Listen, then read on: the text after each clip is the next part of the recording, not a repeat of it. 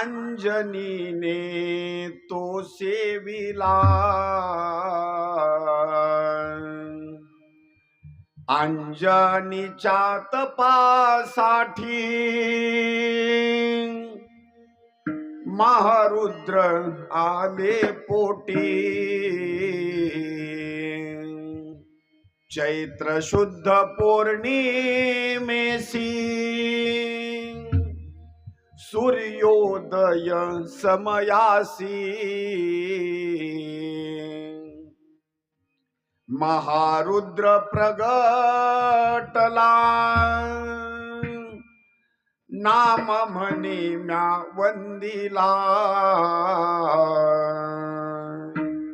अंजनीच्या तपासाठी महारुद्र आले पोटी।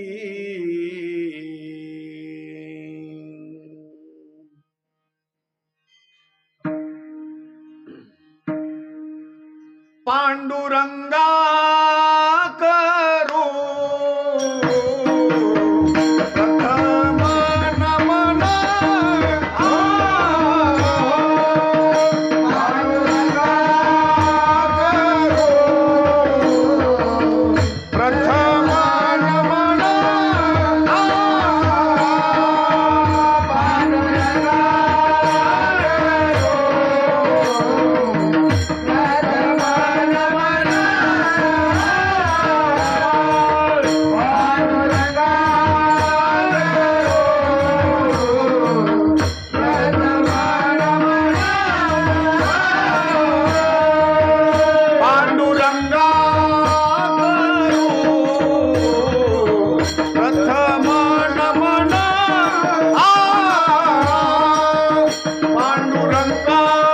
प्रथम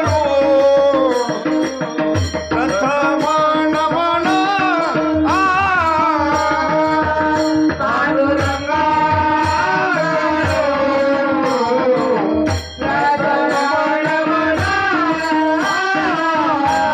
पांडुरंगा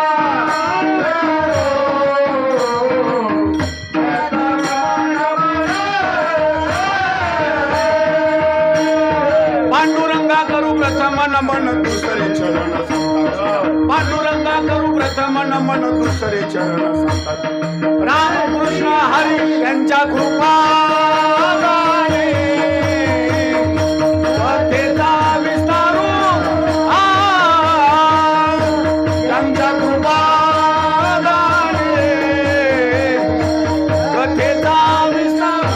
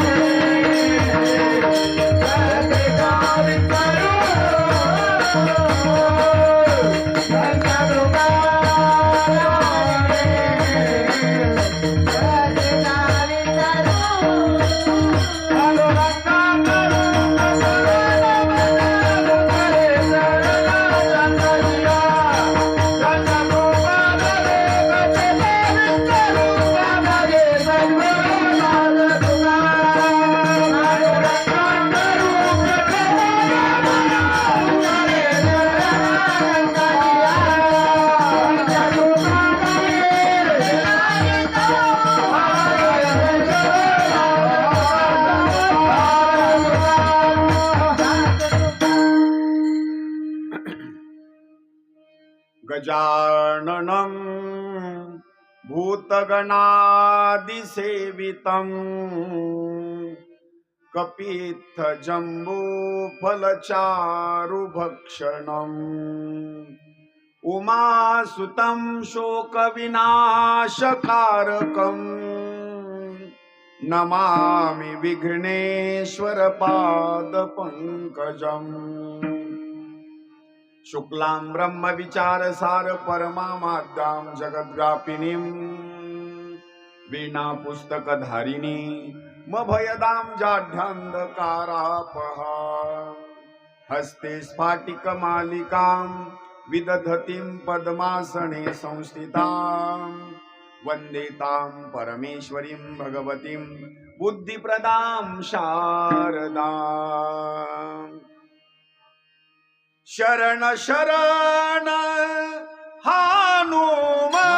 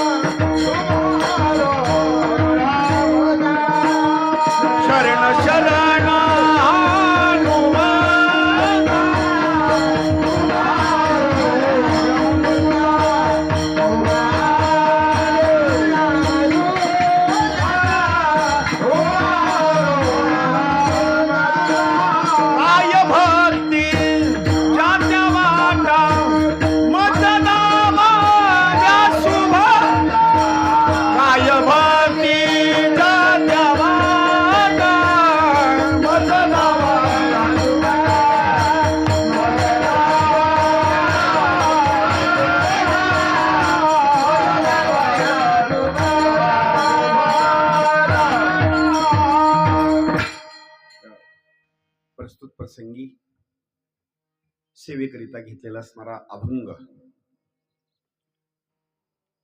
पंढरीश परमात्म्याचे असणारे लाडके लढीवाळ असणारे भक्त नामदेव महाराज यांचा असणारा 4 चरणाचा असणारा हा अभंग आहे. विको थोडासा माझा कमी करा, फक्त आवाज थोडासा जास्त द्या.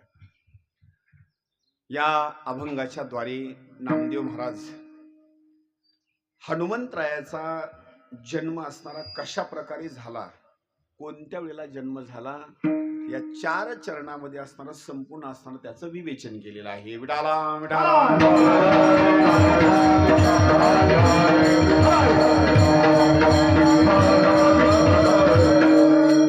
आजची असणारी कीर्तन रूपी सेवा संपूर्ण गावकरी म्हणलेला असणारे ज्ञात आहे. कशाच्या निमित्तानं असणारी कीर्तन रूपी सेवा आहे?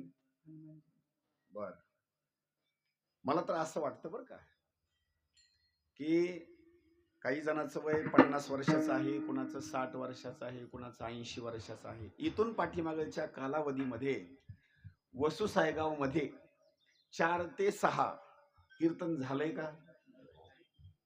झालंय का नाही? नाही झालं. आणि खरं सांगू, हे तुमच्या हृदयामध्ये बसवण्याकरता काहीतरी हनुमंतरायांनी निमित्त केलेलं आहे. तरुण मंडळीचं देवाला हे कार्य करून घ्यायचं होतं. विडाला विडाला.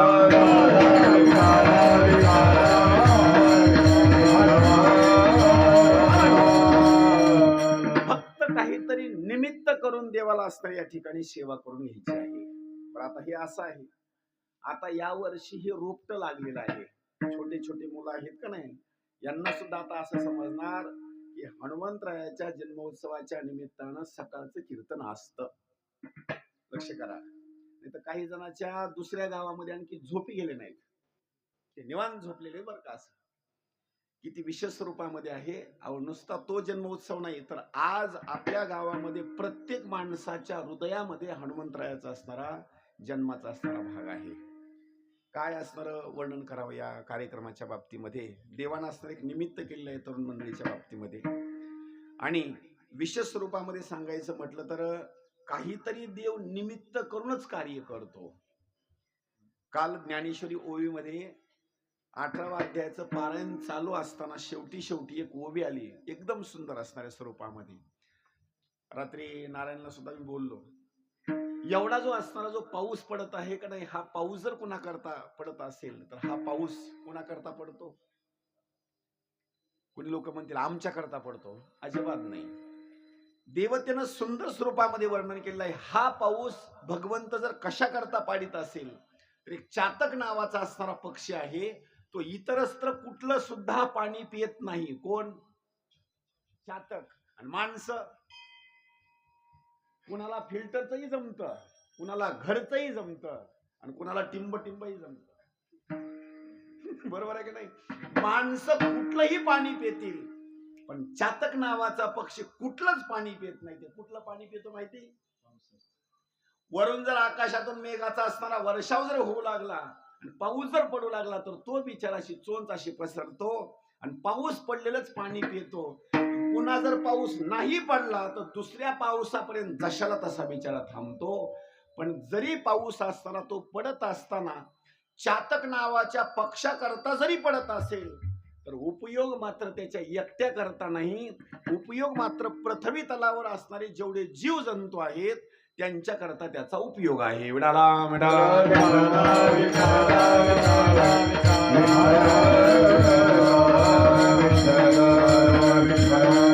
म्हणून हनुमंतरायाच्या जन्माच्या बाबतीमध्ये आज असणारा जो काही पर्व काळ आहे ना, तर या पर्व काळाच्या बाबतीमध्ये चैत्र शुद्ध पौर्णिमा, शब्द पहा, चैत्र शुद्ध पौर्णिमा, चैत्र महिन्याच्या बाबतीमध्ये फार पर्व काळ असणारा मोठा सांगितलेला आहे.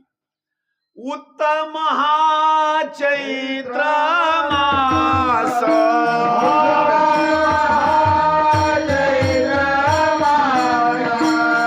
उत्तम हा चैत्र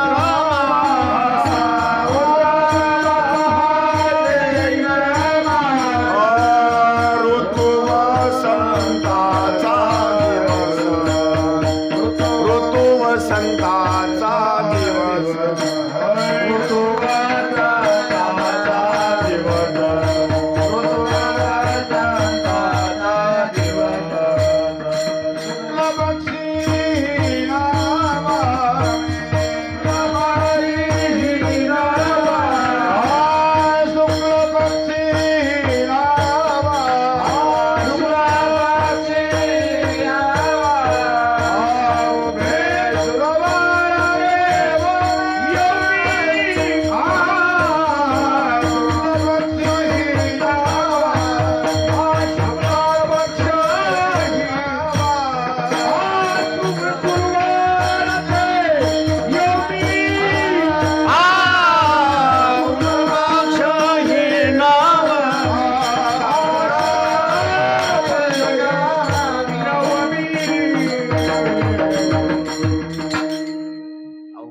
महिन्यामध्ये फरक भरपूर आहे हो.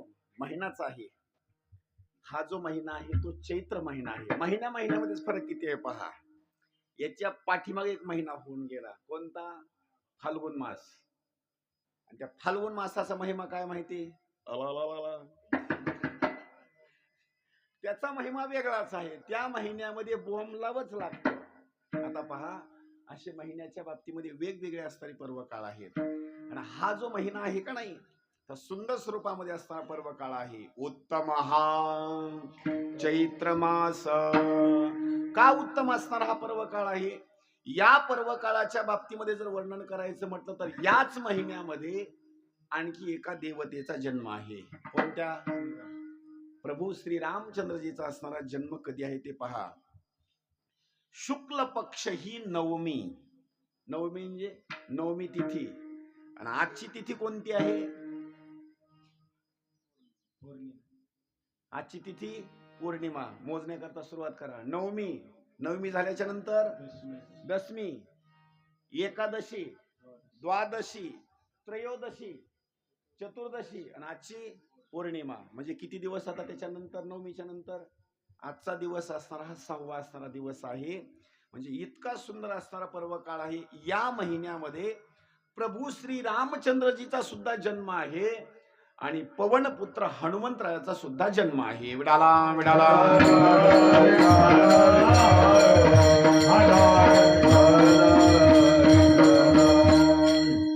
एक जन्म प्रभू श्री रामचंद्रजीचा आणि दुसरा असणारा जो जन्म आहे तो असणारा हनुमंतरायाचा जन्म. पण प्रश्न असा आहे, जन्म त्यांचा आहे, मग त्यांच्या जन्माचा सोहळा आपल्याला करायची काय गरज आहे? कीर्तन लक्ष नाही का बरं का? जन्म कोणाचा आहे? देवाचा. मग आपल्याला जन्म सादर करण्याची काय गरज आहे? याला आणखी एक दृष्टांत देतो. उदाहरणार्थ, दुसऱ्या गावामध्ये एक मूल जन्माला आलं, मग तिथला जो त्याचा जो जन्माचा असणारा जो आनंद आहे, सोहळा आहे का नाही, तर त्यांच्या घरच्याच मंडळीनं करायला पाहिजे का नाही? आणि ते लोक करतात पण दुसऱ्या गावातले. लक्ष करा, आपल्या गावामध्ये दुसऱ्या गावामध्ये मूल जन्माला आलेला आहे, आपण त्याचा जन्माचा सोहळा करू का? बोला ना. झोपी गेल्यात ना पण. हा, आणि झोपी घालण्याकरता लहानपणी आई काय करते माहितीये, लेकराची झोप जर जायला गेली तर कान सुरत एक ठेका त्याला नाहणीमध्ये आणून बसवणं, लगेच 2 तांबे त्याच्यावर पाणी टाकून रडत लगेच. त्याची झोप कधी जाते माहिती का, त्याला एकदा पाणी टाकलं वरून की त्याची झोप असणारी जाते.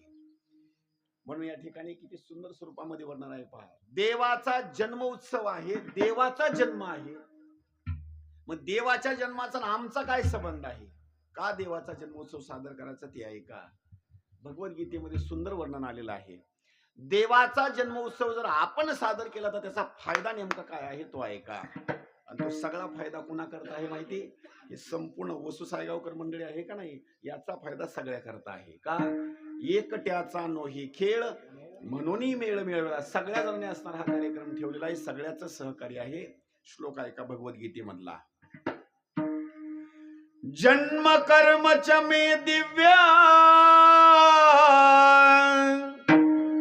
मेवं यो व्यक्ति तत्वतः त्यक्त्वा देहं पुनर्जन्म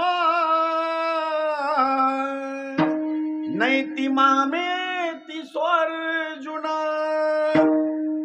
देवाचा जन्मोत्सव जर आपण सादर केला ना, आनंदामध्ये जर केला ना, तर पुन्हा आपल्याला सुद्धा जन्म नाही आणि मरण सुद्धा नाही. याला प्रमाण आहे का, जन्म मरणाच्या खुंटातील खेपा होईल हा सोपा सिद्धबंध, होईल हा सोपा सिद्धबंध, होईल हा सिद्धबंध. जन्म मरणाच्या खुंटातील खेपा होईल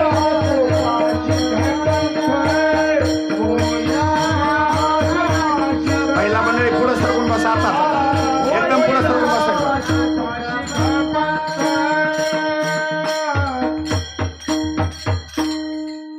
आपल्या पाठीमाग जर सगळ्यात मोठं जर दुःख जर कोणतं लागलं असेल तर आपल्या पाठीमाग सगळ्यात मोठं दुःख एकदा जन्माला यायचं आणि एकदा असणार मरायचं. बरं, जन्माला येताना सुख आहे का, जन्माला येताना सुद्धा सुख मात्र अजिबात नाही. अहो, त्या जन्माचे असणारे व्यातना किती असणारे सण सांगायचं. या जन्माच्या बाबतीमध्ये येत असताना पोटामध्ये असं काही अलग अलग सिस्टीम नाही बरं का देवानं राबवलेली. सगळा असणारा खेळ तिथंच आहे, सगळा घाणीचा असणारा भाग आहे. म्हणजे जन्माला येत असताना सुद्धा सुख नाही, जन्माला येत असताना सुद्धा दुःखच आहे. बरं, माणूस मरत असताना सुद्धा त्याला सुखच आहे का. काही माणसं मरण मागालीत, मरण तडफून तडफून तडफून असणारी मरणाची भूमिका आहे. मरण सुद्धा येत असताना चांगल्या स्वरूपामध्ये येत नाही, म्हणजे मरणाचं सुद्धा दुःख आहे. आणि हे दोन्ही असणारे दुःखाचे भाग जर संपत कशाने असतील तर भगवंताचा जर जन्मोत्सवाचा सोहळा जर केला तर या दोन दुःखापासून आपण मात्र मुक्त होतो. विडाला विडाला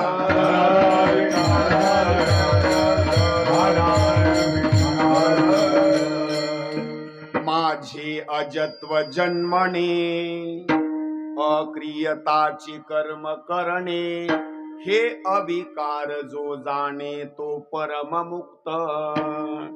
तसा जर देवा करता जर जन्माचा भाग जर सांगायचं म्हटलं तर देवाला जन्म नाही, पण देव का जन्म घेतो माहिती, भक्त मंडळीचं संरक्षण करण्याकरता.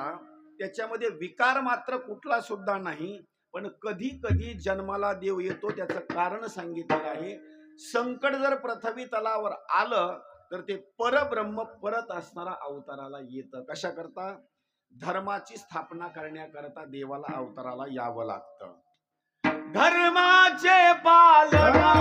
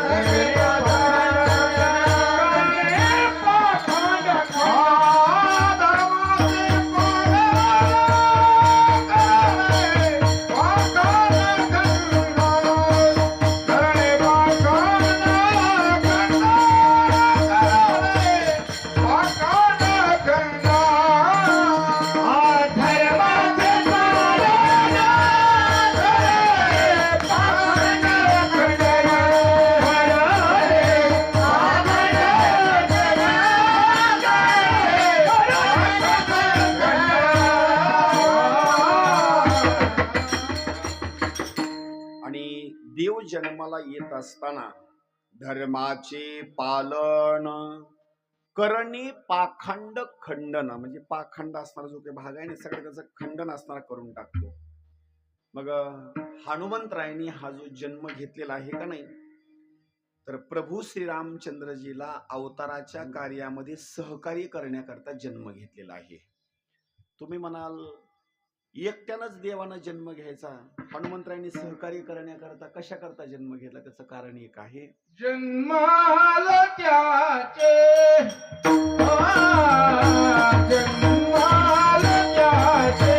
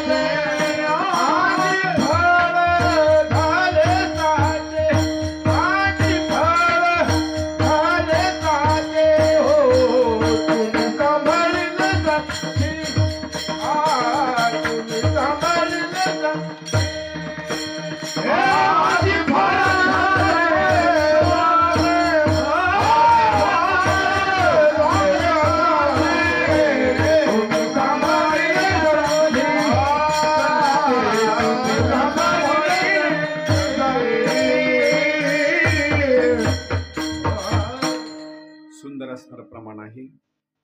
आपण जन्माला आलो आणि जन्माला आल्याच्या नंतर आपलं सुद्धा असणारं सार्थक आहे. कसं माहिती, इथून पाठीमागं तर आपण जन्माला आलोच, पण आज आपण सकाळी लवकर उठून स्नान करून देवा करता आलो बरं का. दररोज तर आपण आंघोळ्या करतोच की करत नाहीत का? आपण दररोज आंघोळ्या आपल्या चालूच आहेत. सकाळी उठून गंध वगैरे लावतो, पण दररोजच्या आंघोळ्या संसारा करत आहेत. पण आजची आंघोळ कोणा करत आहे? खास देवा करत आहे बरं का. हे एवढ्या लवकर सकाळी जे उठणं आहे का नाही, दररोज तर सकाळी आपण उठतो, पहाटे 4लाही लोक उठतात. ते पण का उठतात माहिती? संसारा करता, पाणी भरण्याकरता. लाईट पहाटे 4ला येते, उठले लगेच. पण आजचं हे जे उठणं आहे ते संसारा करता नाही, आजचं उठणं म्हणजे केवळ हनुमंतराया करता आहे.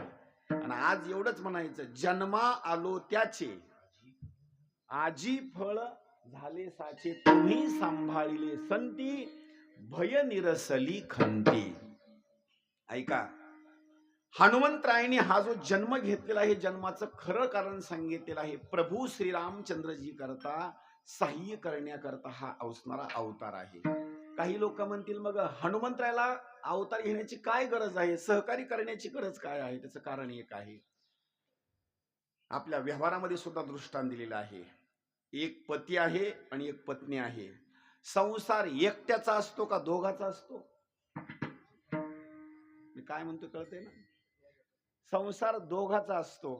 जर मालकानं जर प्रॉपर्टी कमवीत असतील तर पाठीमाग पत्नीनं सुद्धा जतन करून ठेवणं गरजेचं आहे. हे सुद्धा सहकार्यच आहे बरं का. नाहीतर कसं आहे, आपल्या टायर मध्ये सुद्धा बोलण्याकरता एक भाषा आहे. एखाद्या वेळेस मोठं जरी टायर असलं आणि त्याला चोर पंक्चर जर असलं तर हवा रात्रभर जरी ठेवली समजा, तर राहते का हवा?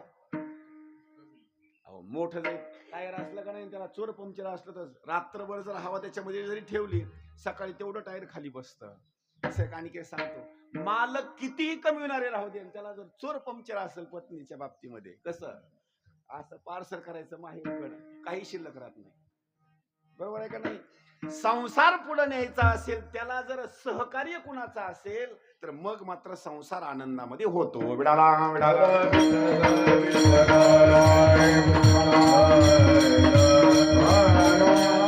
हनुमंतरायाचा अवतार सुद्धा देवाला सहकार्य करण्याकरता तसाच आहे. एकटा जर हनुमंतरायाच्या बाबतीमध्ये विचार करा, प्रभू श्रीरामचंद्रजींनी अवतार घेतला ना, हनुमंतरायाचा अवतार जर नसता तर राजा रावण मात्र मरत नव्हता. त्याचं कारण एक आहे, ज्या ज्या ठिकाणी प्रभू श्रीरामचंद्रजींची बुद्धी सुद्धा कमी पडली, जिथं सुद्धा काही कार्य सुचत नाही, तिथं जर सहकार्य कोण केलं असेल तर हनुमंतरायानं सहकार्य केलेलं आहे. म्हणून माणसं म्हणतात, काय करा, मी तर पुढे होतो बरं का, पण तुमचंही सहकार्य मला राहू द्या. इलेक्शनला फॉर्म भरताना एकट्यानं जर फॉर्म भरला तर निवडूनच येतो ना तो. त्याला सहकार्य कोणाचं लागतं? अहो सगळ्या जणांनी जर मतदान टाकलं तर निवडून गेलं केलं नाही तर एकट्या नुसता फॉर्म भरून काय उपयोग आहे. काही जणांचा असा आहे पत्नीचं सुद्धा मतदान पडत नाही मोजा गेल्याच्या नंतर. इथं सुद्धा देवतेचा भाग कसा सांगितलेला आहे. प्रभू श्री रामचंद्रजीचा अवतार आहे आणि त्या अवताराला सहकार्य जर कुणाचं असेल तर हनुमंतरायाचं सहकार्य आहे. विडाला विडाला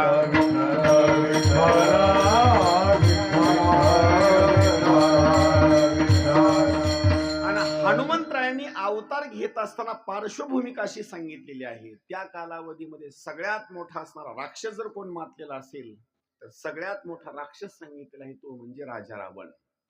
आणि किती लोक बंदिवासामध्ये होते त्याचं काही वर्णन केलेलं आहे.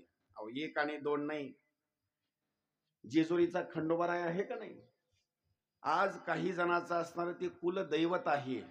पण एवढा सुद्धा मोठा देव असून सुद्धा राजा रावणानं बंदिवासामध्ये टाकला होता आणि त्याच्याकडे काम दिलेलं होतं. कोणतं माहिती? हे आपण जे दाढी करतो का नाही, हे दाढी करण्याचं काम त्या कुलदेवतेकडे होतं. आणि त्या दररोज असणाऱ्या खंडोबारायानं काय करायचं, अशी दाढी करायची. एक दिवस चुकून काय झालं, थोडीशी असणारी ब्लेड लागली. आता तो राजा रावण आहे, अशी साईडला असणारी येळूची काठी पडलेली होती, अशी उचलली आणि किती वेळेला मारली, 1 वेळेला काट्या मारल्या. त्या दिवसापासून त्या देवतेचं नावच पाठ झालं, येळकोट येळकोट जय मल्हार. एवढे मोठी कुलदैवत आहे पण राजा रावणाच्या बंदिवासामध्ये होते. एवढंच नाही, गणपती बाप्पा, अहो आपण तर गायी राखतो, म्हशी राखतो, बैल राखतो, पण एवढी मोठी देवता, मंगलाची देवता, ज्यांचं नाव घेतल्याच्या नंतर सुख करता दुःख हरता वार्ता विघ्नाची नुरवी पुरवी प्रेम कृपा जयाची, एवढी मंगलाची मोठी देवता असून सुद्धा राजा रावणाच्या बंदिवासामध्ये गाढव राखण्याकरता होती. आता असे मोठमोठे जर देवता म्हणजे त्यांच्या बंदिवासामध्ये असतील, दररोज सकाळी जो उगवतो का नाही तो चंद्रच उगवतो. कोण उगवतो? सूर्य. चंद्र, सूर्य, तारा, ग्रह, चांदण्या हे सगळे आहेत का नाही. राजा रावणानं सिंहासनावर जायचं होतं त्याला बसण्याकरता दररोजच्या स्वरूपामध्ये, हे सगळे पायरीला एक एक असे बांधून टाकले होते सगळे. आणि त्यांच्या डोक्यावर पाय द्यायचा आणि राजा रावण जाऊन वरी बसायचा. म्हणजे त्याच्या बाबतीमध्ये एवढा अत्याचार होता. यज्ञ मोडून टाकला, धर्माच्या बाबतीमध्ये कार्य मात्र कुठं सुद्धा शिल्लक ठेवलं नाही. यज्ञ मोडून टाकले, कीर्तन भजन सगळे बंद करून टाकले. त्यावेळेला पृथ्वी मातेच्या ठिकाणी असणारं ओझं झालं. पृथ्वी मातेनं गायीचं रूप धारण केलं आणि सुरुवातीला ही पृथ्वी माता अगोदर इंद्र भगवंताकडे गेली. देवा मला तुम्ही सहकार्य करा. इंद्र भगवंतानं सांगितलं राजा रावणाच्या बंदिवासामध्ये आम्ही आहोत, आम्ही मात्र सहकार्य करू शकत नाहीत. नंबर 2 ला त्याच्यानंतर ब्रह्मदेवाकडे गेले. ब्रह्मदेवानं सांगितलं हे सुद्धा कार्य माझ्याच्यानं मात्र होणार नाही, तो बलाढ्य असणार आहे, मीच त्याला असणारं वरदान दिलेलं आहे. मग कुठं जायचं आता? त्यांनी सांगितलं आता दुसरीकडे जाऊन उपयोग होणार नाही, आता भगवान शंकराच्या कैलास पर्वतावर असणार जायचं. सगळ्या जणांनी निघण्याकरता सुरुवात केली. आता जाऊ त्या कैलासा,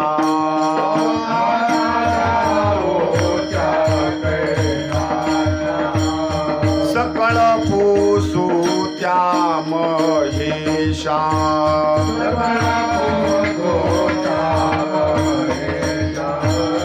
मग निघाले आकाशा,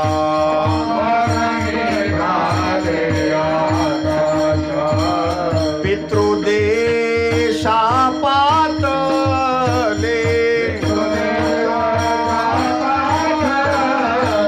पितृदेशा पातले, आता जाऊ त्या कैलासा, आता जाऊ त्या कैलासा,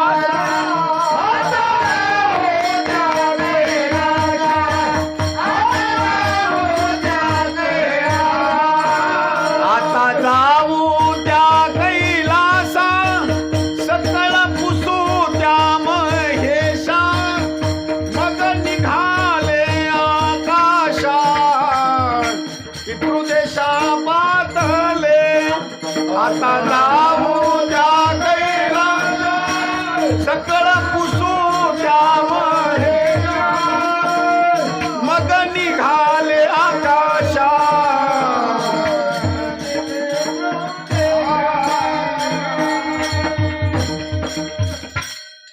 संपूर्ण 33 कोटी देवता मंडळी, पृथ्वी रूपी असणारी गाय, सगळेजण असणारी ब्रह्मदेवासहित कैलास पर्वतावर असणारे गेले. आणि कैलास पर्वतावर गेल्याच्या नंतर मग मात्र भगवान शंकराची स्तुती करण्याकरता सुरुवात केली. सकल देवा आधी देवा, कृपाळू आदी केशवा, महानंदा महानुभवा, सदाशिवा सहस्र रूपा, कैलास राणा शिवचंद्र मोळी, फणींद्र माथा मुकुट झळाळी, कारुण्य सिंधू भव दुःख हारी, तुझ विन शंभो मज कोण तारी. भगवान शंकराची स्तुती केली. पण भगवान शंकरांनी सांगितलं ही सगळी दैत्य मंडळी आहेत का नाही, ही मात्र माझ्या बाबतीमध्ये, पालनाच्या बाबतीमध्ये मी मात्र या ठिकाणी अवतार कार्याच्या बाबतीमध्ये सहकार्य मात्र करू शकत नाही. त्यावेळेला क्षीरसागराच्या ठिकाणी असणारी सगळे असणारी देवता मंडळी गेली आणि भगवान आदिनारायणाची स्तुती करण्याकरता सुरुवात केली. चक्रधरा विश्वंभरा, गरुड ध्वजा करुणाकरा, सर्वांनी म्हणा. कमल नैना कमलापती, कामिनी मोहना मदन मूर्ती, भवतारका धरिताक्षिती, वामन मूर्ती त्रिवी, आगायी सगुणा निर्गुणा, जगजीवीचा जगजीवना, वसुदेव देवकी नंदना, बालरांगणा. देवाची स्तुती केली. आकाशवाणीच्या बाबतीमध्ये देवाने सांगण्याकरता सुरुवात केली, मी अवताराला येईल. अयोध्या नगरीच्या ठिकाणी दशरथ राजाच्या पोटी मी अवताराला येईल. माझ्या आईचं असणारं नाव आहे कौशल्या माता. यांच्या पोटी मी जन्माला येईल. अवताराच्या बाबतीमध्ये सहकार्य करील. पण एक मात्र मी एकट्यानं अवतार घेऊन उपयोग मात्र होणार नाही. मला मात्र तुम्ही सगळ्या जणांनी असणारं सहकार्य केलं पाहिजे. देवता मंडळींनी सांगितलं आम्ही कोणता अवतार घ्यावं. सांगितलं तुम्हा सगळ्या जणाला वानर व्हावं लागेल.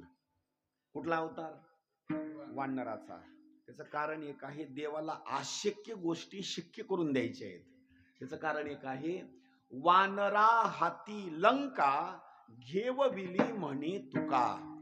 एकता जर झाली तर एकता झाल्याच्या नंतर किती जरी बलाढ्य शत्रू असला तर त्याच्यावर विजय मिळवता येतो. विडाला विडाला.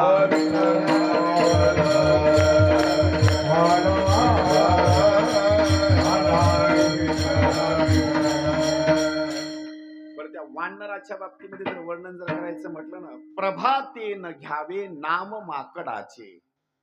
प्रमाण आहे का बरं का? प्रभातेन घ्यावे नाम माकडाचे, तैसे दुर्जनाचे सर्व काळ. दुर्जनाचं नाव मात्र कधी सुद्धा घ्यायचं नाही.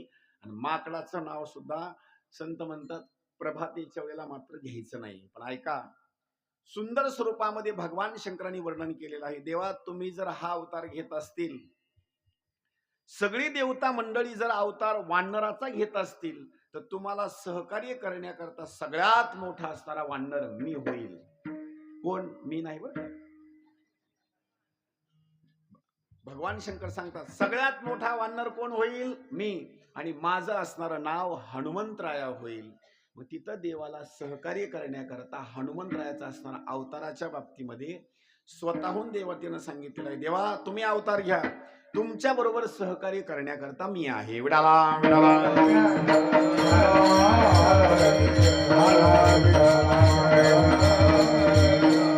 आता कथेचा असणारा भाग सगळ्या जणांना माहिती आहे, पण जेवढा जमेल तेवढा धावत्या वेगामध्ये सांगण्याचा प्रयत्न करतो. अयोध्या नगरीच्या ठिकाणी दशरथ राजाचं चरित्र असं सांगितलेलं आहे, एक आणि दोन नाही, त्या दशरथ राजाला किती पत्नी आहेत? किती बोला? 4.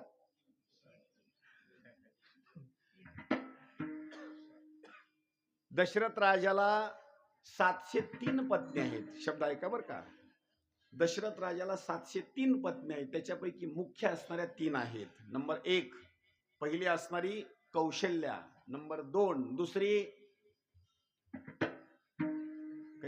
आम्ही काही लग्नाला नव्हतो.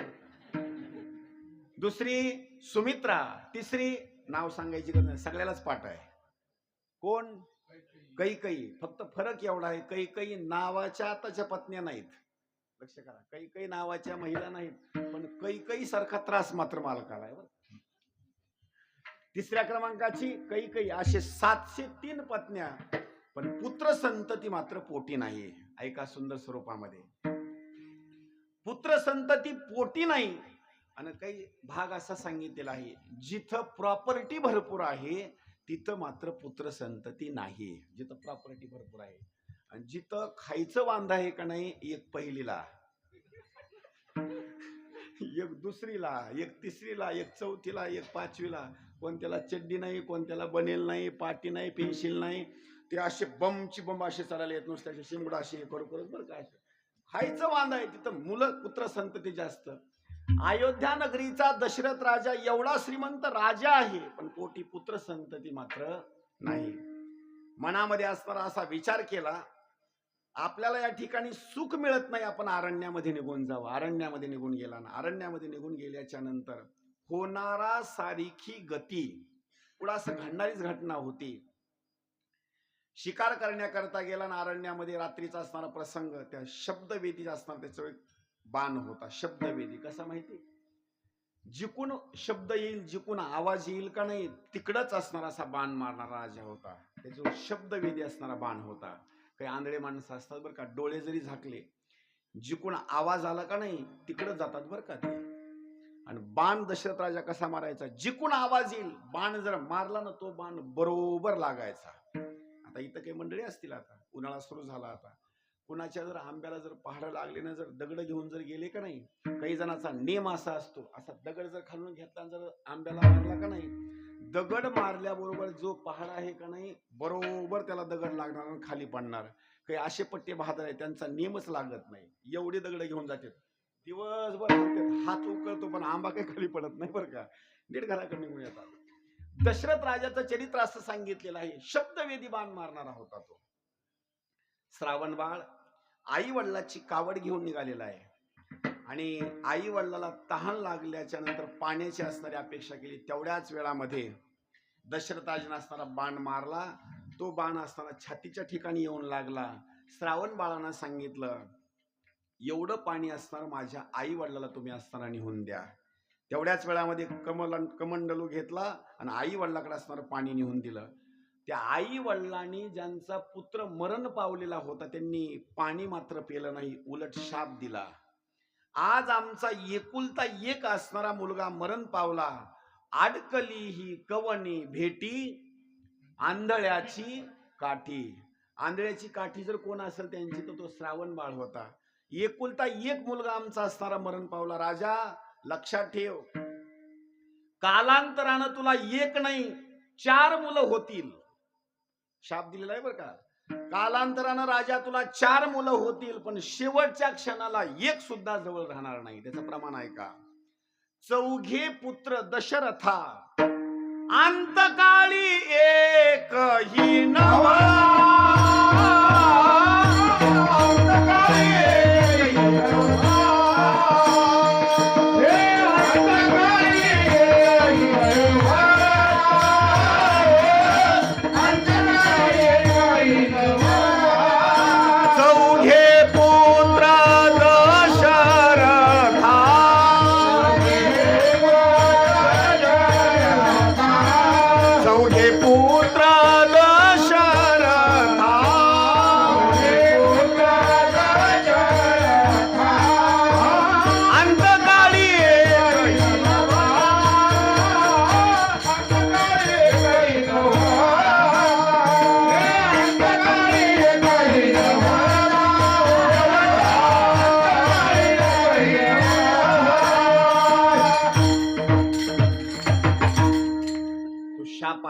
कालांतरानं शाप सुद्धा खरा झाला. दशरथ राजाला 4 मुलं झाली, पण शेवटच्या वेळेला जवळ मात्र एक सुद्धा नव्हता. 2 मुलं वनवासात निघून गेले. नंबर 1 प्रभू श्री रामचंद्रजी आणि नंबर 2 ला स्वर्ग. 2 जण वनवासामध्ये निघून गेले आणि शेवटच्या क्षणाला दोघ जण असणारे मामाच्या गावच्या ठिकाणी असणारे निघून गेले. जवळ मात्र कोणी सुद्धा नाही. शाप दशरथ राजाला दिला, पण शाप दिल्याच्या नंतर दशरथ राजा थोडासा मनामधून आनंदित झाला. का आनंदित झाला माहिती? अगोदर तर पोटी पुत्र संतती नाही, यांनी मला शाप दिलेला आहे, एक पुत्र संतती नाही, कालांतरानं मला 4 पुत्र संतती होणार आहेत, जवळ राहो अथवा न राहो. पण आता सुद्धा कलियुगामध्ये सगळ्या जणांचीच मुलं जवळ राहतात असं आहे का? राहतात का? अजिबात नाही.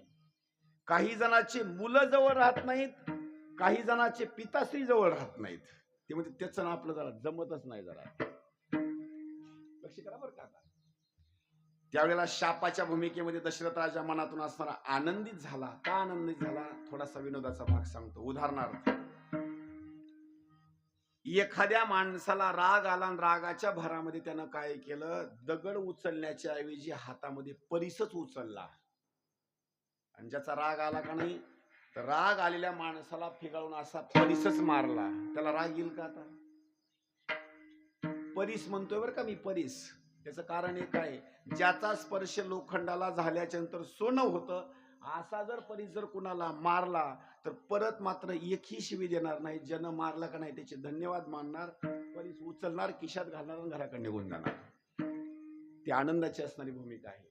दशरथ राजाला शाप दिला, कालांतरानं 1 आणि 2 नाही 4 पुत्र संततीची असणारी प्राप्ती आहे. पण पुढली कथा आहे का, 12 वर्षाचा असणारा दुष्काळ पडला आणि दशरथ राजानं स्वर्ग लोकापर्यंत असणारा रथ नेला, वृषपर्व्याला पायी पळवलं. शुक्राचार्यांनी रथ असणारे, ढग असणारे अडवलेले होते, पाऊस असणारा पडला आणि इंद्र भगवंताच्या ठिकाणी 1 महिन्यापर्यंत थांबले. इंद्र भगवंतानं स्वागत समारंभ केला आणि सोनं देऊ लागले. त्यावेळेला दशरथ राजानं सांगितलं, सोनं भरपूर आहे पण पोटी पुत्र संतती नाही. सांगितलं, काळजी करू नका, पुत्र कामेष्टी म्हणायचा असणारा यज्ञ करा, तुम्हाला पुत्र संतती मात्र होईल. ज्यांना पुत्र संतती नाही ना, त्यांच्याकरता कोणता यज्ञ सांगितलेला आहे? पुत्र कामेष्टी यज्ञ. पण एक सांगतो, कुणी जर म्हटलं ना आम्हाला हा यज्ञ करायचा आहे, पण हा यज्ञ केल्याच्या नंतर किंवा यज्ञ जर करायचं म्हटलं का नाही, ज्याच्या हाताने यज्ञ करायचा आहे तो माणूस सुद्धा त्या तोला मोलाचा लागतो, त्याच्यानंतर पुत्र संतती होते. त्याचं कारण एक आहे, तो व्यक्ती कसा पाहिजे माहिती? नंबर 1चा ज्ञानी व्यक्ती पाहिजे, सर्व गुण संपन्न पाहिजे. त्याच्याच हाताने यज्ञ जर केला तर तो यज्ञ सिद्धीला जातो आणि यज्ञ सिद्धीला गेल्याच्या नंतर यज्ञ देवता असणारी प्रसन्न होते. जुन्या काळामध्ये तुम्हाला माहिती आहे, यज्ञाचा जर अग्नी जर प्रज्वलित करायचा असेल तर रॉकेल टाकूनच प्रज्वलित करतात ना.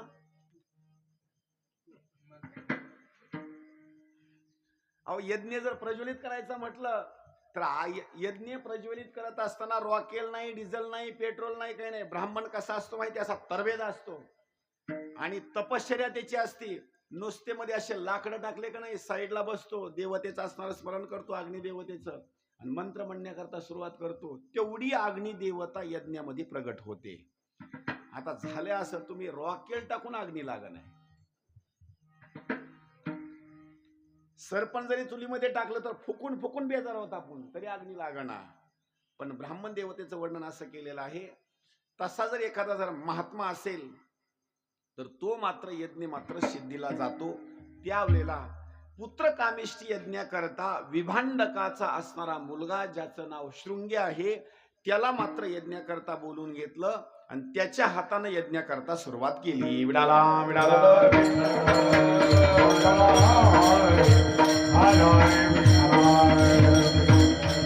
त्यानं मंत्र म्हणण्याकरता सुरुवात केली. हरिहि ओम आनो भद्राः क्रतवो जंतु विश्वतो दब्धासो अपरितास उद्भिदः देवानो जता सदमिद वृद्धे असन्न प्रायो रक्षितारो दिवे दिवे. मंत्र म्हटला. मंत्र म्हटल्याच्या नंतर मग मात्र अग्नी प्रज्वलित झाला, नवे नवे यज्ञ संपन्न झाला आणि त्या यज्ञामधून यज्ञ नारायण प्रगट झाले आणि हातामध्ये असणारं पायास पात्र घेऊन वर आले. आणि पायास पात्र वर घेऊन आल्याच्या नंतर मग मात्र त्यांनी प्रसाद देण्याकरता असणारी सुरुवात केली. यज्ञ नारायणाचं दर्शन ज्यावेळेला संपूर्ण अयोध्या नगरवासियांना झालं. त्यावेळेस यज्ञ नारायणच भगवंताचा असताना सगळ्या जणांनी जय जयकार केला. सगळ्यांनी ताड बसान जय जयकार करा. बोलिये यज्ञ नारायण भगवान की बोलिये यज्ञ नारायण भगवान की. पायास पात्र असं हातामध्ये घेतलं आणि शृंगीनं आपल्या हातामध्ये घेऊन कुलगुरु वशिष्ठांच्या हातामध्ये दिलं. कुलगुरु वशिष्ठांनी आपल्या हातामध्ये असताना तो पायास पात्राचा भाग घेतला आणि त्याचे भाग करण्याकरता सुरुवात केली. त्याचे 3 भाग केले. 3 भाग केल्याच्या नंतर काही भाग असं सांगितलेला आहे, हा नेमका भाग आता सुरुवातीला द्यायचा कुणाला. लक्ष करून ऐका बरं का. आता नंबर 1, पहिला दशरथ राजाच्या सोबत जो विवाह झालेला आहे तो कौशल्याचा झालेला आहे. पण कौशल्याचं वर्णन एक असं केलेलं आहे, कौशल्या मात्र दिसण्याच्या बाबतीमध्ये तेवढी मात्र स्वरूपवान असणारी नाही. नंबर 2, दशरथ राजानं दुसरा विवाह केलेला आहे तो मात्र सुमित्रेच्या बाबतीमध्ये केलेला आहे. सुमित्रा ही भजनोत्तम आहे, म्हणजे सेवेच्या बाबतीमध्ये आहे. आणि नंबर 3, कैकेयी एक अशी आहे, भजनाच्या बाबतीमध्ये नाही, सेवेच्या बाबतीमध्ये नाही, पण कैकेयीचं वर्णन असं केलेलं आहे, कैकेयी मात्र दिसण्याकरता सुंदर आहे, डोकं मात्र कमी आहे बरं का, बुद्धी कमी आहे. असं कधी कधी होतं. ज्यांचे लग्न झालेत का नाही फक्त त्यांनाच विचारा. आता ज्यांनी मुलगी बघण्याकरता गेले आणि मुलगी सुंदर आहे, विवाह केला, कालांतराने एखाद्या पुस्तकाचं नाव जर सांगितलं ती म्हणते मला वाचता येत नाही, वाचता येत नाही मला. आता विचार करा, कैकेयीच्या बाबतीमध्ये सुंदर आहे, राजाची आवडती असणारी कैकेयी आहे, पण पहिला विवाह जर दशरथ राजाचा कुणाच्या सोबत झाला असेल तर कौशल्याचा. प्रश्न विचारतो, सांगा. 3 भाग केले. कुलगुरु वशिष्ठांनी अगोदर प्रसाद कुणाला द्यायला पाहिजे?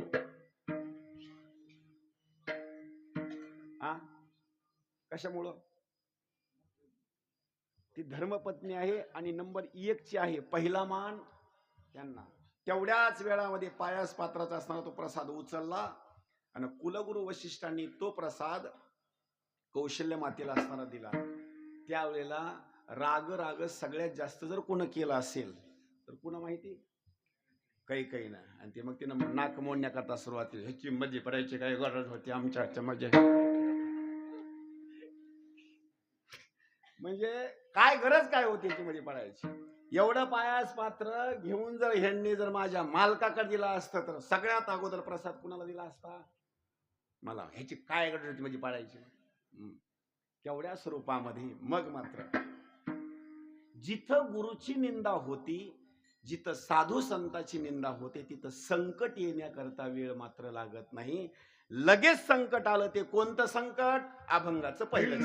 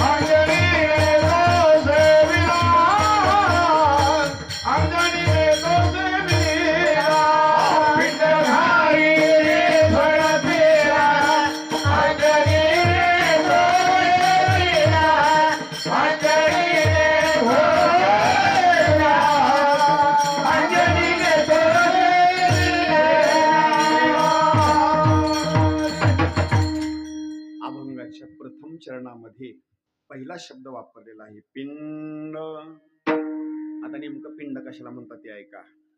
माणूस मरण पावल्याच्या नंतर देव बाप्पा तो विधी करत असताना सांगतात काय करा, ही कणिक घ्या, भात घ्यायचे, काय करा तुम्ही पिंड करा. पिंड करा म्हणजे कोणते पिंड? म्हणजे भगवान शंकराची पिंड नाही बरं का, ती पिंडी तो नाही. पिंड म्हणजे काय, गोल असणारा भाग असतो त्याला सुद्धा काय म्हणतात पिंड. काही माणसाचं शरीर असतं, माणसाचं शरीर, त्या माणसाच्या शरीराला सुद्धा काय म्हणतात, काय त्याचा पिंड आहे ना. पिंड म्हणजे त्याचं शरीर, म्हणजे माणसाच्या शरीराला सुद्धा पिंडच म्हणतात. एक भगवान शंकराची पिंड, एक कुठला विधी करायचा म्हटलं तर पिंड. असे पिंडाचे वेगवेगळे असणारा भाग सांगितलेला आहे.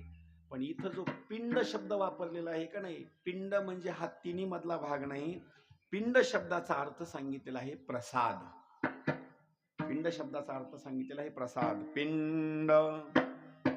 बर, नंबर 2 ला शब्द वापरलेला आहे पिंड घारीने. घार कळते का? एखाद्या वेळेस घारीला जर एखाद्याची कुणाची जर हत्या करायची म्हटलं का नाही, ते खात असताना सरड्या असेल काय असेल त्याला जमिनीवर जर असं खायचं म्हटलं ना, तर ती मात्र अशी पृथ्वी तलावामध्ये फिरत नाही बरं का. अशी ती कुठं असते, आकाशामध्ये, आणि उडत असताना अशी उडते बरं का ती अशी. बरोबर ना? इतकी शांत अशी तिचे पंख असतात आणि कुठं काय चाललंय कुठं काय चाललंय बरोबर बघती बरं का अशी. आणि ती इतकी अचूक दृष्टी असते, तिला पृथ्वी तलावरचा असा चालणारा सरड्या सुद्धा दिसतो. आणि ती एकदा वरून जर तिनं अशी जर झेप घेतली का नाही, इतरच तर कुठेही झेप नाही, बरोबर त्या सरड्यावरच अशी झेप घेणार ती. तसं वर्णन केलेलं आहे. नामदेव महाराज एका प्रमाणामध्ये सांगतात, घार हिंडे आकाशी, घार हिंडे आकाशी, झाप घाली पिल्ला पाशी, झाप घाली पिल्ला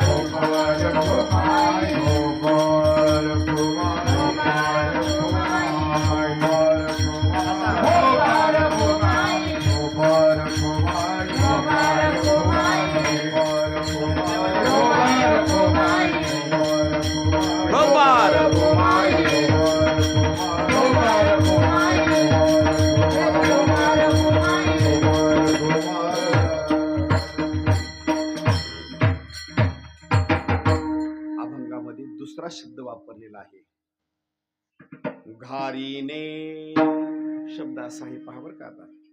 पिंड घारीने झडपिला, दुसरा शब्द वापरला घार. प्रश्न असा आहे, दशरथ राजाच्या राज्यामध्ये घार येणं म्हणजे एवढं सोपं समजू नका बरं का. तो दशरथ राजा आहे, सूर्यवंशामधला राजा आहे. यज्ञ चालू असताना घार नेमकी आली कशी काय याचं काही कारण सांगितलेलं आहे. कारण तिथं यज्ञ चालू असताना बंदोबस्त सुद्धा तशा स्वरूपाचा असतो. उदाहरणार्थ दृष्टांत देतो, आपलं कीर्तन चालू आहे. कीर्तन चालू असताना कार्य चांगलं आहे, एक कुत्र मध्ये येता येता, लक्ष करा बरं का, आताही नाही बरं का. कीर्तन चालू आहे आणि एक कुत्र आलं आणि ते कीर्तनामध्ये येऊ लागलं. तुम्ही बसलेली जी मंडळी आहे त्याला मध्ये येऊ देणार का तुम्ही? दृष्टांत कसा आहे पहा बरं का. कीर्तन चालू आहे आणि कुत्र मधूनच येईलय. कुत्र सोडून द्या, माणसाला येऊ देता का तुम्ही? बसायचं खाली, कुठं कुठं चालला होता तुम्ही? बोलण्याचा भाग असा आहे, यज्ञ एवढा मोठा, तो दशरथ राजा आहे आणि एवढ्या मोठ्या यज्ञामध्ये घार त्यांनी येऊ तरी कशी काय दिली? पण ऐका की घार म्हणजे आपल्यासारखी साधारण घार समजू नका बरं का. काही लोक म्हणतील हे साधारण घार असेल. ही घार म्हणजे साधारण घार नव्हती, ही घार म्हणजे शापित घार होती. म्हणजे त्या घारीमध्ये साधारण शक्ती नव्हती, ती शापित घार होती. पूर्वजन्मीची तिचा असणारा काही भाग सांगितलेला आहे. ही घार म्हणजे एक अप्सरा होती, अप्सरा. मग काही म्हणतील अप्सरा पिक्चर मधली अप्सरा होती का? ही अप्सरा वेगळी आहे. ही अप्सरा म्हणजे कोणची माहिती? ब्रह्मदेवाच्या बाबतीमधली असणारी, सत्य लोकामधली असणारी अप्सरा. आणि त्या अप्सरेचं नाव सांगितलेलं आहे सरोच्या नावाची अप्सरा. आणि तिचं एक वर्णन केलेलं आहे, दिसण्याकरता सुंदर आणि नाचण्याकरता म्हणजे इतकी तरबेज नाचण्याकरता होती. ब्रह्मदेवाच्या सभेमध्ये नाचण्याकरता साधारण माणसं ठेवत नाहीत बरं का. अजिबात नाही. सर्व गुण संपन्न असणारीच व्यक्ती नाचण्याकरता. बरं ते नाचणं म्हणजे कसं माहिती?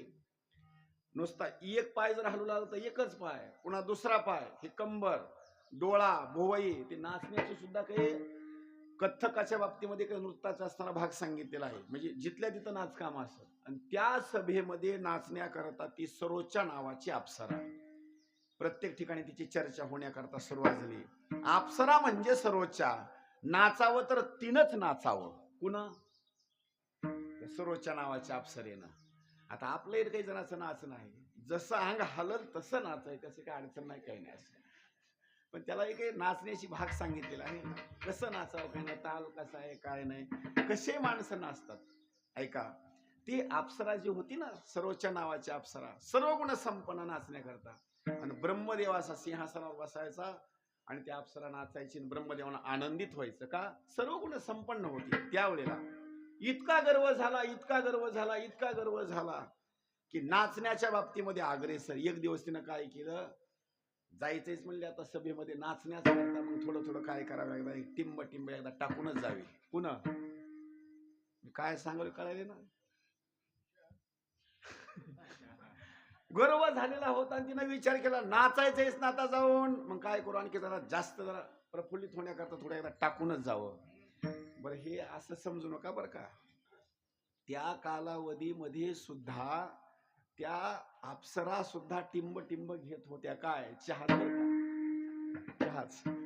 फक्त आपल्या ग्रामीण परिसरात नाही, तुम्ही शहरला जा, अहो तुम्ही काय बिड्या आणि सिगरेट ओढता, तुम्हाला तरी येत नसतील ओढायला, ते सुद्धा अशा शांत स्वरूपामध्ये ओढतात. कोण? माणसं नाही हो, माणसं नाही, महिला सांगोले शांत स्वरूपामध्ये, असं बेना नाही, कोच नाही, काही नाही.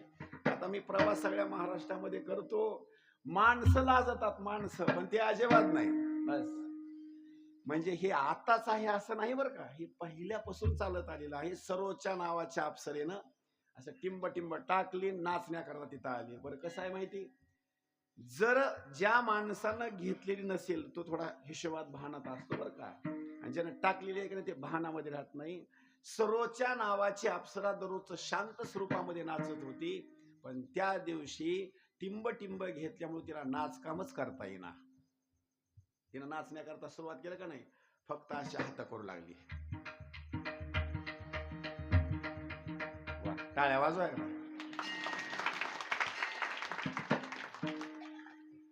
अहो गिराईक कुठून आले माहिती का? कुठून? तुम्हाला गावातून यायला उशीर झाला. हे गिराईक लासूर गाव, बरोबर ना? हा, लासूर गावातून गिराईक आले म्हणजे विचार करा किती काळजी आहे. आणि असा जर काळजीचा परमार्थ केला ना तर कार्यक्रमाला कमी नाही बरं का, कार्यक्रम भरपूर मिळणार. नाही ते काही वाजवणार असे आहेत बरं का. कीर्तन 9ला असलं की 9:30ला येतात, टिंग टिंग लावाय चालू करतात. मी म्हणतो लावू नका आता, बस करतो आता. हा, ते नियोजन त्याचं लावलेलं आहे ना. 4चा म्हणजे 4ला. पाटील कुठे गेले? पाटला करतात टाळ्या वाजव बरं का, दिलं की नाही. यांच्या बाबतीमध्ये विशेष स्वरूपामध्ये सांगतो बरं का, काही जणाला जमीन घ्यायची हवा आहे. काय सांगतो? काही जणाला शेजारचं निघालेलं हवा आहे. पण खरं सांगू, माझ्या पाटलाला जर हाव कशाची असेल आणि आशा कशाची असेल, सगळा काकडा मी मानावा बस.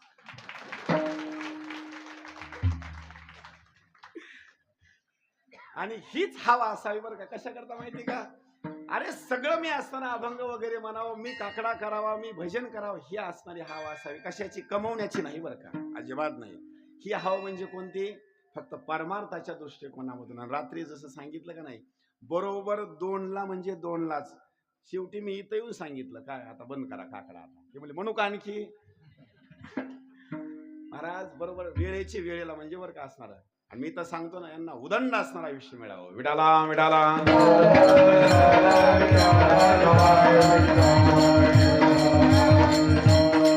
ती असणारी सरोजच्या नावाची अप्सरा असे नृत्याच्या बाबतीमध्ये असे हात करू लागले.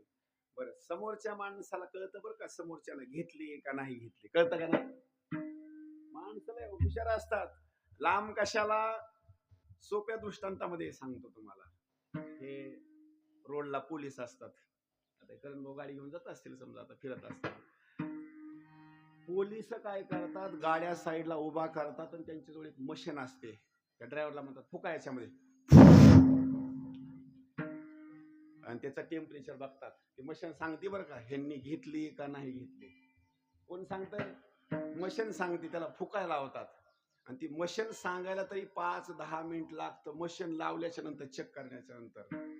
महिला मंडळी एवढ्या हुशार आहेत का नाही, मालक असतात संभाजीनगरला, घरून फोन करतात, हॅलो मशीन आहे का जवळ, आता मशीन आहे का जवळ सांगा. आता मशीन नाही, पण संभाजीनगरला घेतलेली ह्यांना घरी कळतं.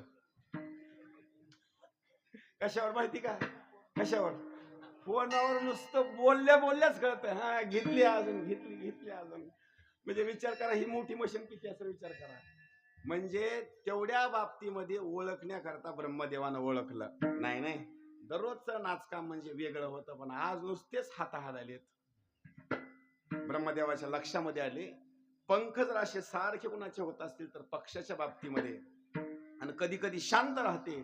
ब्रह्मदेवाला राग आला, सत्य लोकांमध्ये येऊन मद्यप्राशन करणं, नाचणं, म्हणजे नाचल्याच्या नंतर ब्रह्मदेवानं शाप देऊन टाकला. ब्रह्मशाप जाना घरी झाली, ब्रह्मशाप जाना घरी झाली, ब्रह्मशाप जाना घरी झाली, ब्रह्मशाप जाना घरी झाली.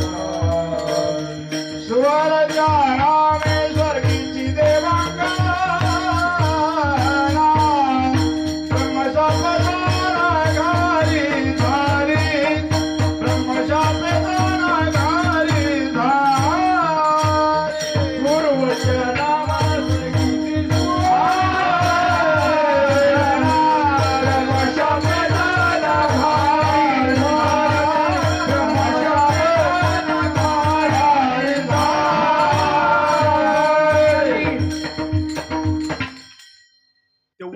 असणारी अप्सरा आणि ब्रह्मशापानं ती असणारी घार झाली. कशामुळं घार, कशामुळे झाली? त्याचं पहिलं कारण सांगितलं, शापानं झाली. पण शाप द्यायला कारण जर काय असेल तर काय, आणि कुठं तिने घेतली होती? सत्य लोकांमध्ये. म्हणून मी हात जोडून बोलतो बरं का, ती बिचारी घार झाली. तिनं सत्य लोकांमध्ये जाऊन टिंब घेतली, ती घार झाली.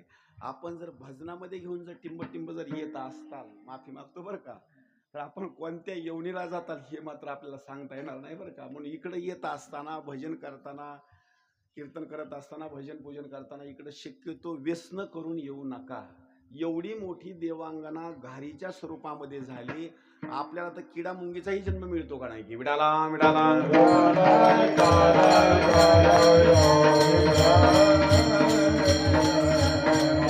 आणि एवढ्या स्वरूपामध्ये देवांगना असणारी घार झाल्याच्या नंतर रडू लागली. रडत असताना तिनं ओहशाप मागितला, देवा मी घार होईल, पण मला एक भाग असा आहे. अण्णा तुम्ही दम काढू नका, ढिलं पडू नका. असं तुम्हाला झोप येईल का? ते नेमकं काय होतं माहिती आहे, हे कीर्तन म्हणजे सकाळचं साखर झोपेचं कीर्तन आहे ना. हा ऐका, सुंदर स्वरूपामध्ये त्या घरीनं हात जोडले सांगितलं, देवा मी तुमचा शाप स्वीकारील, पण मला काहीतरी ओहशाप द्या. सांगितलं ओहशाप देतो.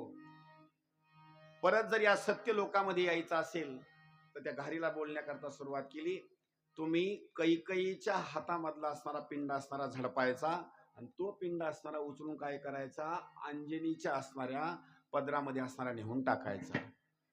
देवा पण हा पिंड मी अंजनीच्या पदरामध्ये नेऊन टाकत असताना कैकेयीच्याच हातामधला मी का उचलायचा, त्याचं कारण बोलण्याकरता सुरुवात केली. घारीला आणि त्या सरोजच्या नावाच्या अप्सरेला ब्रह्मदेव सांगतात, तुला पिंड जर उचलायचा असेल का नाही तर कौशल्याच्या हातामधला पिंड मात्र उचलता येणार नाही. का? कौशल्या म्हणजे ही धर्मपत्नी आहे, ती एक पतिव्रता आहे, तिच्या हातामधला मात्र पिंड तुला घेता येणार नाही. त्या पिंडावर तिचं सारखंच लक्ष आहे, अजिबात उचलता येणार नाही. नंबर 2, सुमित्रेच्या हातामधला उचलू का मी? सांगितलं तिथला सुद्धा उचलता येणार नाही. ती भजनोत्तम आहे, ज्याचं भजन सारखं चालू असतं का नाही, सारखं भजन चालू असतं, त्याच्या बाबतीमध्ये मात्र काही चोरी होत नाही बरं. त्याचं लक्ष सारखं असतं. का? दीन रजनी हाची धंदा, गोविंदाचे पवाडे, दिवस न कळे रात्र न कळे, अंगी खेळे दैवत हे. मग कैकेयीच्या हातामधला प्रसाद उचलण्याकरता मी कशी काय समर्थ? सांगितलं जिथं गुरुचा द्वेष होतो, मालकाचा द्वेष होतो, मन बुद्धी चित्त असणारा अहंकार मात्र थोडासा बाजूला जातो. चित्त विचलित झालं, मन विचलित झालं की तिथलाच तुला पिंड मात्र उचलता येईल. विडाला विडाला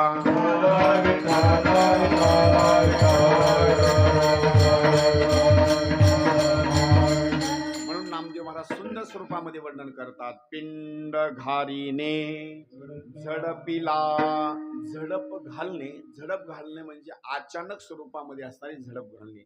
कशी झडप? याला दृष्टांत जर द्यायचा म्हटलं ना तर मांजर येते ना, मांजर आल्याच्या नंतर उंदीर मात्र हळूच पकडते. असंच का?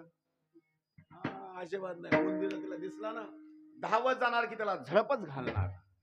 तसं या घारीनं काय केलं, पिंड घारीने झडपिला, अचानक स्वरूपामध्ये आली, झडप असणारी टाकली आणि झडप टाकल्याच्या नंतर हा जो चेहरा आहे का नाही, पंख वगैरे लागले, पायाचे असणारी नख आहेत, अशी ओर बांधण्याकरता सुरुवात केली. हातामधला असणारा पिंडाचा प्रसाद घेतला आणि आकाश मार्गाने उडण्याकरता सुरुवात केली, पुढे बोलण्याकरता सुरुवात केली. आकाश मार्गाने असणारा पिंड नेत असताना उंच स्वरूपामध्ये जाऊ लागली. दशरथ राजानं अनेक सैनिक पाठीमागे पाठवले, पण ती घार मात्र सापडली नाही. हनुमंतरायाच्या बाबतीमध्ये 2 पित्याचं वर्णन केलेलं आहे. नंबर 1 केशरी, केशरी म्हणायचा वानर 1, आणि नंबर 2च्या स्वरूपामध्ये वायूचा असणारा भाग. आता इथं खरं कारण सांगितलेलं आहे वायूचं. आकाश मार्गाने पिंड नेत असताना तो पिंड झडप घातल्याच्या नंतर तिथं सहकार्य जर कोण केलं असेल अंजनी मातेच्या पदरामध्ये टाकण्याकरता तर वायुदेवानं काय केलं, विशेष स्वरूपामध्ये जास्त असणारी हवा सोडली. त्या हवेमुळं काय झालं माहिती, जो असणारा आपल्या पंचामध्ये असणारा पिंड होता का नाही, त्या हवेमुळं असणारा तो पिंड असणारा निसटला आणि जशाला तसा तो पिंड कुठे येऊन पडला, अंजनी मातेच्या असणाऱ्या पदरामध्ये. त्याचं वर्णन नामदेव महाराज त्या चरणाच्या उत्तर अर्धामध्ये असणार करतात. अंजनी तुझे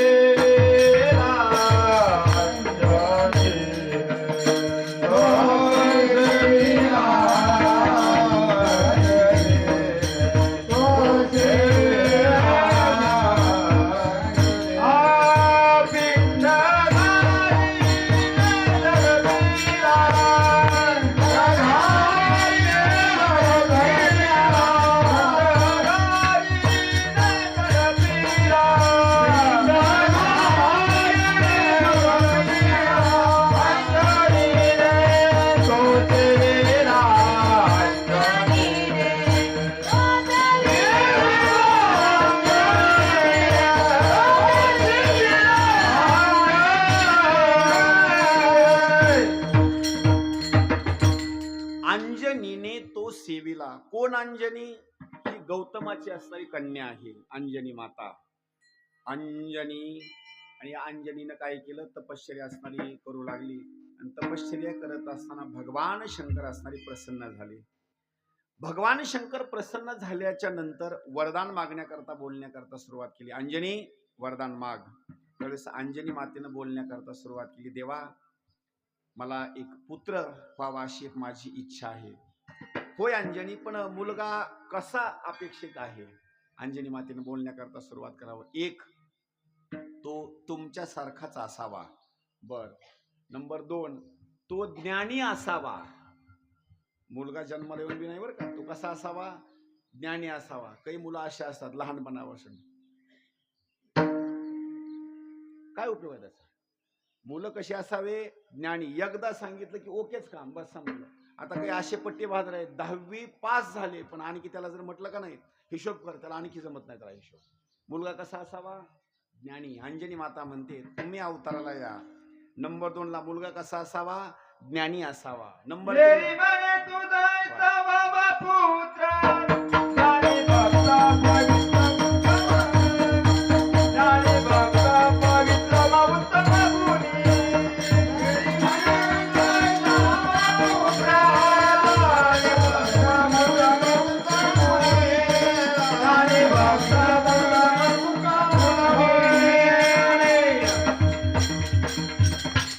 टाळ्या वाजवा एकदा. त्यांनी कॉफी जरी केली असेल तर फिट बसली बरं का. कसा मुलगा व्हावा? नंबर 1 ज्ञानी. नंबर 2 ला गुणी व्हावा.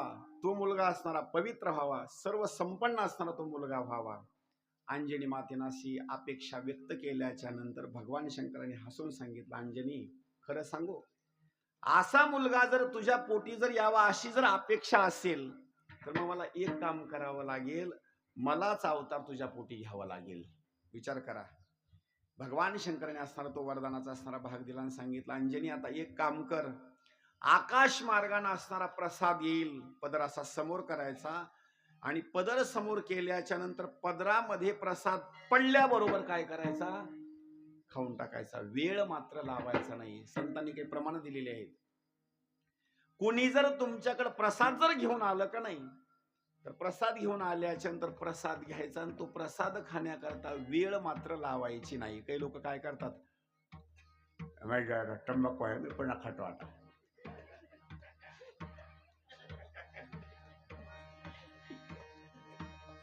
त्या माणसानं काय करायचं माहिती का? प्रसाद आणला का नाही, थोडं थांबा एकदा, मग काय करायचे? टाकून द्यायचे. काय करायचं? तो प्रसाद खायचा. प्रसादाला मात्र वेळ मात्र लावायची नाही. प्रसाद अगोदर खायचा. महिला असो पुरुष मंडळ कुणी असो, प्रसादाला मात्र वेळ मात्र लावायचा नाही.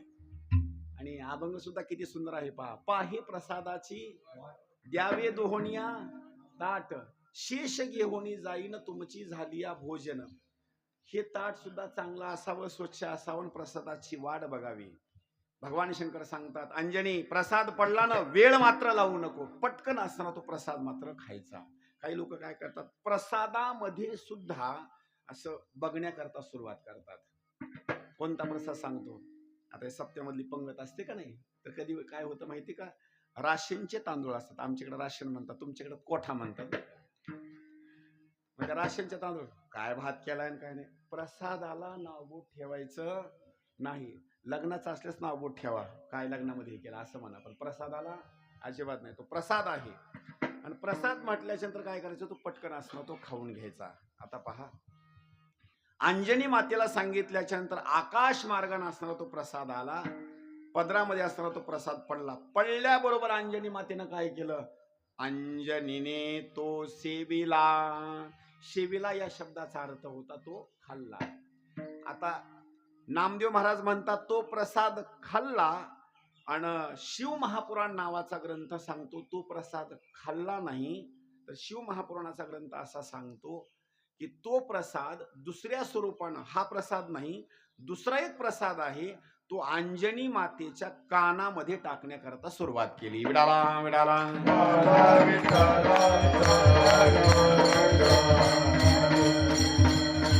त्याची कथा अशी सांगितलेली आहे. ज्यावेळेस भगवान शंकर तपश्चर्यामध्ये होते, देवी दैत्य सागर मंथन पै केले, त्या माझी अवचित जे हलहल उठिले, तेत्वा असुरपणे प्राशन केले, निळकंठ नाम प्रसिद्ध झाले. त्याच्यामधून हलहल नावाचं विष निघालं, 14 रत्न निघाले आणि अमृत निघालं. भगवान विष्णूनं मोहिनीचं रूप धारण केलं, दैत्य लोकाला फसवलं आणि तेवढा असताना जो काही भाग आहे अमृताचा कलश आहे का नाही, तेवढं अमृत देवता लोकांना असणारं देऊन टाकलं. तो अवतार कुठं आहे माहिती? नेवासा आहे का नाही? नेवासाच्या ठिकाणी त्या भगवंताचं असणारं मंदिर आहे. काय नाव आहे त्याचं माहिती नाही? मी सांगतो बरं. वा वा, डॉक्टर साहेबांना टाळ्या वाजवायला. त्या देवतेचं नाव आहे त्या अवताराच्या बाबतीमध्ये मोहिनी राज.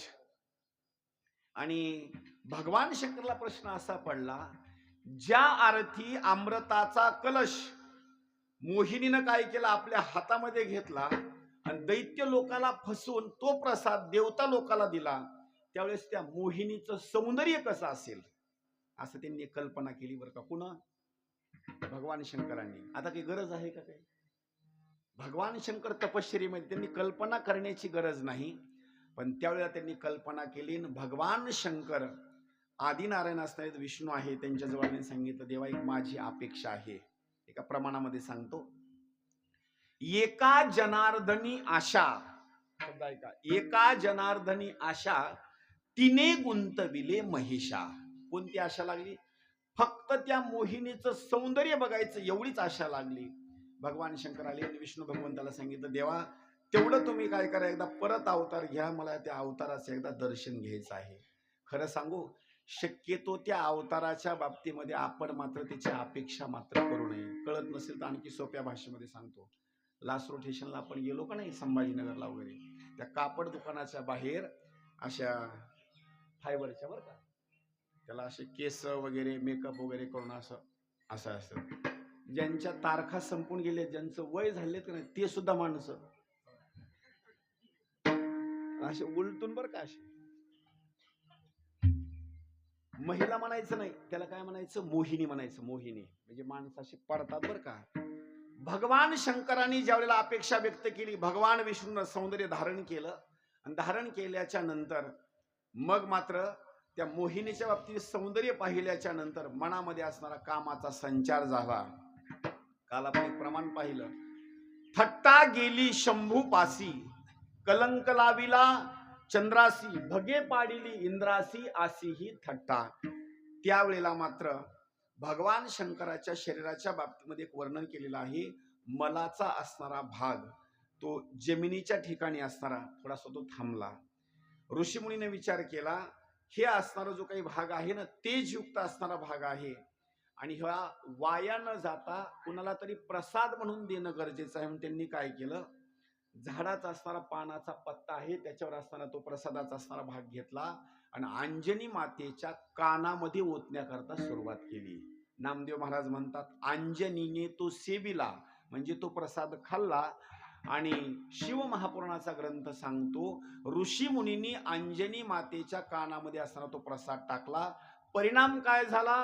अभंगाचं दुसरं चरण. अंजनीच्या तपासाठी, अंजनीच्या तपासाठी, अंजनीच्या तपासाठी,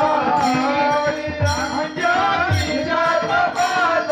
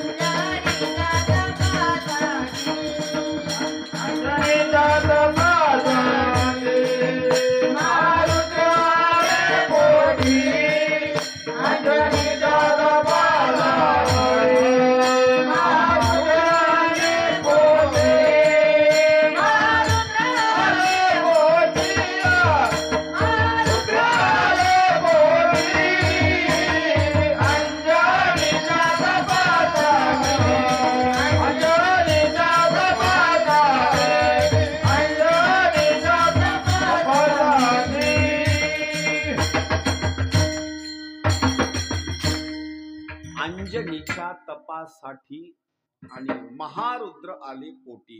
अंजनी मातेनं तपश्चर्या केली. कोणती तपश्चर्या? ती तपश्चर्या सांगितलेली आहे. ऋष्यमुख नावाचा असणारा पर्वत आहे.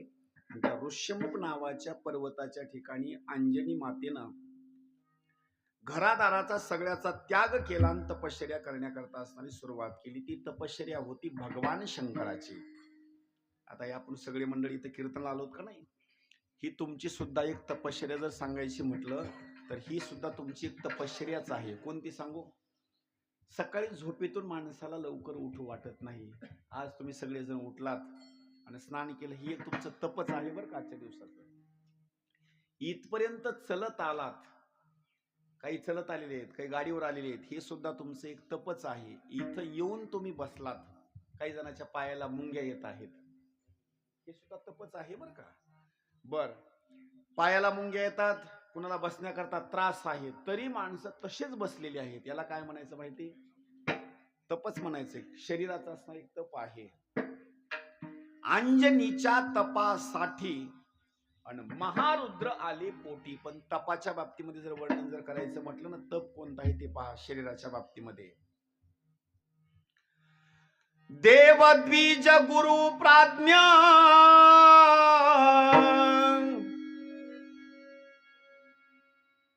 देवद्विज गुरु प्राज्ञ पूजनम शौच मार्जवम ब्रह्मचर्य महिंसाच शारीरम तप उच्चते. शरीराचं तप कोणतं ते ऐका. इथं आपण देवाच्या दरबारामध्ये आलो ना, इथं आल्याच्या नंतर कुणी जर कचरा पडलेला उचलीत असेल तर कचरा उचलल्याच्या नंतर ते सुद्धा शरीराचंच तप आहे. तिथं ते बाबा बसले तिकडे बघा, त्या बाबाकडे कोपऱ्यामध्ये बरं का, एकदम शेवटचे. तुम्ही जिथं बसलात का नाही, आता हे सगळं जर कुणा झालं असेल त्या पलीकडल्या बाबांनी झाले. बरोबर ना बाबा? टाळ्या वाजवा त्यांच्याकरता. ते आपल्या गावातले नाहीत बरं का.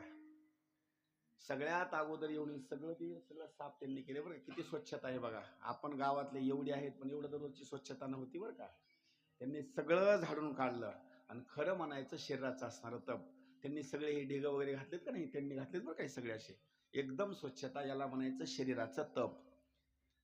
आता या शरीराच्या तपामध्ये नंबर 1, देवांगन मिरवणिया अंगोपचार पुरवणिया करावया म्हणिया शोभती हात. देवांगण म्हणजे हे देवाचं सगळं अंगण बरं का. नंबर 1, देवांगण मिरवणिया अंगोपचार पुरवणिया. देवाला असणार दही दूध मध वगैरे देवाला असणार स्नान घालणे. देवाला वात लावत असताना वात तयार करून देणे, तुपाची असेल तेलाची असेल अशी देवाकरता देणे, देवाला वस्त्र देणे, सहकार्य करणे, याला सुद्धा शरीराचंच तप सांगितलेलं आहे. देवांगण मिरवणिया. अण्णाचे डोळे झाका येतो.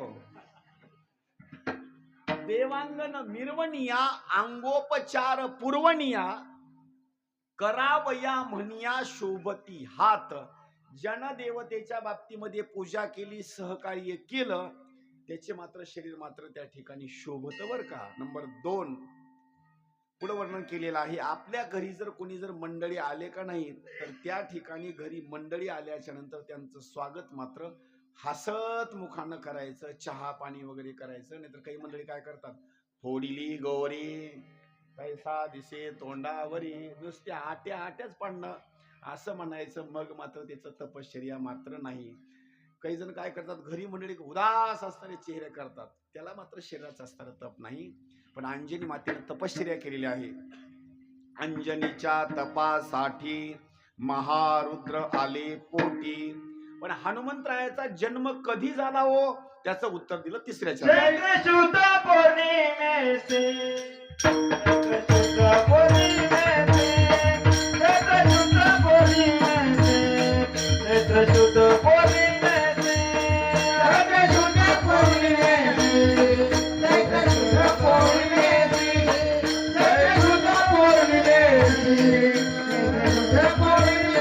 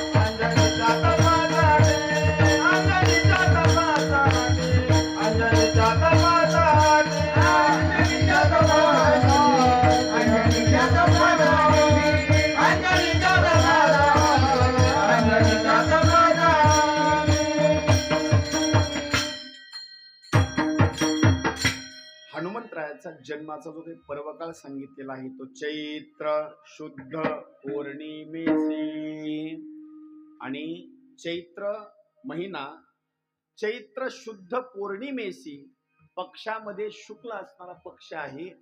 चैत्र शुद्ध आजच्या दिवशी असणारी पौर्णिमा आहे. चैत्र शुद्ध पौर्णिमेसी सूर्योदय समयासी म्हणजे हनुमंतरायाचा जन्म ज्यावेळेला सूर्योदय झालेला आहे का नाही त्यावेळेला हनुमंतरायाचा असणारा जन्म आहे. नामदेव महाराज सुंदर स्वरूपामध्ये वर्णन करतात. तो अवतार कोणाचा आहे माहिती? महारुद्राचा असणारा अवतार आहे. आणि नामदेव महाराज म्हणतात नामा म्हणी म्या वंदिला महारुद्र प्रगटला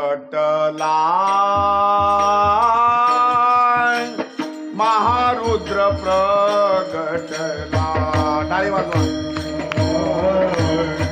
महारुद्र प्रगटला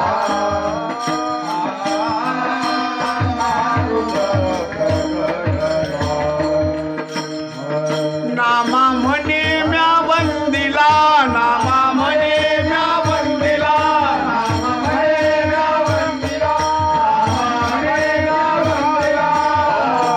अंजनीच्या तपासाठी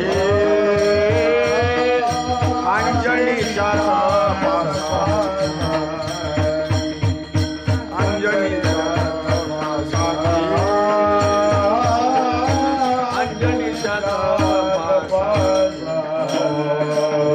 अंजनीच्या